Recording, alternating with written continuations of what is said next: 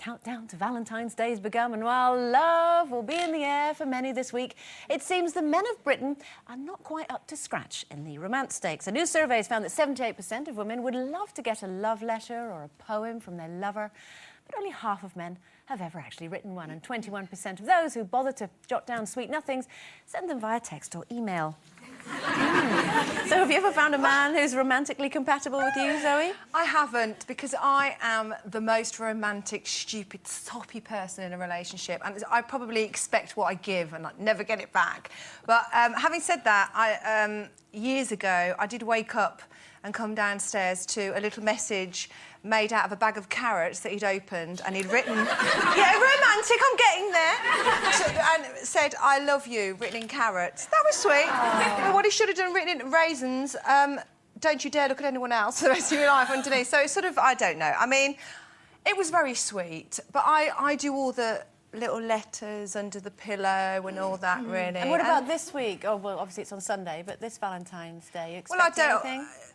All right, don't rub it in. I'm not rubbing it in. Excuse me. Can easily get a bag of carrots if that's all it takes. Don't fall for it. It's all a load of codswallop. It's not. It is all this... You know, if you really love somebody, why wait for one day in the year for somebody else to write it in a card, put a plumped-up heart on it? So, and poor blokes are always accused. There's lots of women who can't write a poem or be romantic. You know what it is, Lynda? It's one day a week for both of you, or one of you, one day a year, to make an effort and show that person that you do appreciate them, you do love them. But you should be doing it every day. Well, they don't, though, do they? Yes, Do you do it every day? Are you a romantic No, unfortunately, when this question about unfortunately, I don't live up to Mr. Spain, who is very romantic, in fact. So there you are, he's a man. He does, mind you, he doesn't write very well because he's dyslexic, but... You know, it comes out a bit funny. But no, but good luck to him. But it doesn't mean to say I love him less. And I think all this, just because people can write it, doesn't mean to say they actually really care. Well, and also, if someone's telling you they love you by letters and poems every day, and that's not you, it can be a bit annoying, I think. Yeah. Just a bit... So I think it's whether you... I mean, Paul and I are completely compatible romantically. Right. We're both rubbish. We both were quite romantic when we first met, and now we're not at all. Yeah. And I think... It wears off, doesn't it? Well, it does wear off a little bit, and it doesn't... I absolutely love him to pieces, and we do the odd little romantic thing, like he'll put a little... Because he's a good artist, he'll put, like, a little drawing of me in my diary, and my nickname's Nobby.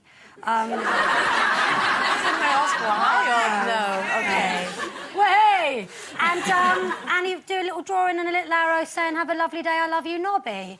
Yeah, and I think that's quite nice. Nobby. It's a nice name. And I do ring him, you know, and say, like Stevie Wonder says, I just called to say I love you from time to time. But actually, we're too busy. Oh, don't talk rubbish. But you see, you're never too busy. And that's why I think that Valentine's Day has a point, because it's one day a year where you can kind of be allowed to put your busyness to one side and be romantic. You're not forced to. No one's, well, you know... You're forced to spend over the odds for a bit of dinner. Yeah, and you know, you get a rose that's normally £5 quid for 20 quid. You can get a little takeaway and sit at home and watch telly, but you can be romantic with it. Or you could sit in a restaurant with a load of other soppy couples all gulping at each other. Well, don't you? Yeah. And then you sit there looking at your old man going, why aren't you looking at me the way that he's looking at me? No, do you know what? You two, you've got really romantic men by the sounds of it, and you know what? You don't deserve them. I'll have them. Send them my way. Well, actually, you know, we're talking about love letters and poems and cards and all this sort of stuff. This is what marital therapist Andrew G. Marshall advises. Now, he says, you know, to keep the romance alive and this sort of thing, it's not to do with the spoken word, it's to do with kissing. And apparently, if you kiss with your eyes open... You can see where you're going. You can see where you're going. Apparently, it's more intimate and it'll reignite that passion. Do you kiss with your eyes open? Yeah. I like that. I think it's quite erotic, really, kissing with your eyes open, apart from the fact that you're just double-checking that you're kissing the right person.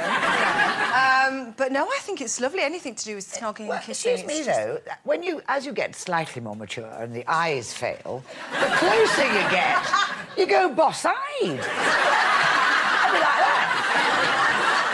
And sometimes you don't want to see what you're kissing, do you? Really? Well, sometimes. I mean, and I suppose if you've got your eyes closed, you could be with anybody. Yes, well, Well, mind you, you've got to keep kissing up. I'm all for the... I may not sound romantic, but kissing is very important. But you're a snogger, aren't you? She's a kissing. snogger. I like lots of kissing, but, you know, it's got to be there. Don't not kiss the old man, because he loves a bit of a kiss. We have said to each other that we need to remember to kiss more. Yes. Yes. You and I, you mean? No, yes. Come here. I do agree, actually, because that is one thing that you can forget. You can do the little bye, have a nice day, and all that sort of stuff, but there's nothing nicer than just, you know, you're in the middle of cooking or doing whatever, and just suddenly having a snog thrust upon you, if you know what I mean, in the nicest possible way, she said. Do you remember when you were little, well, not when you were little, well, I'm still little, but when you were younger and you were sort of learning how to do it, I think you sort of had your eyes open then because you were looking to see if they had their eyes open, something like that. And then they caught you looking, and then you shut your eyes and they shut their eyes. Yeah, exactly. I can remember my first proper snog. I opened my eyes because it went on for so long. In the end, I opened my eyes and I was thinking, how much longer do I have to stand here? And will I look silly if I just go and pull away and run? Yeah. You should nod off. I didn't... No, not like I do now. I don't mean that. OK, time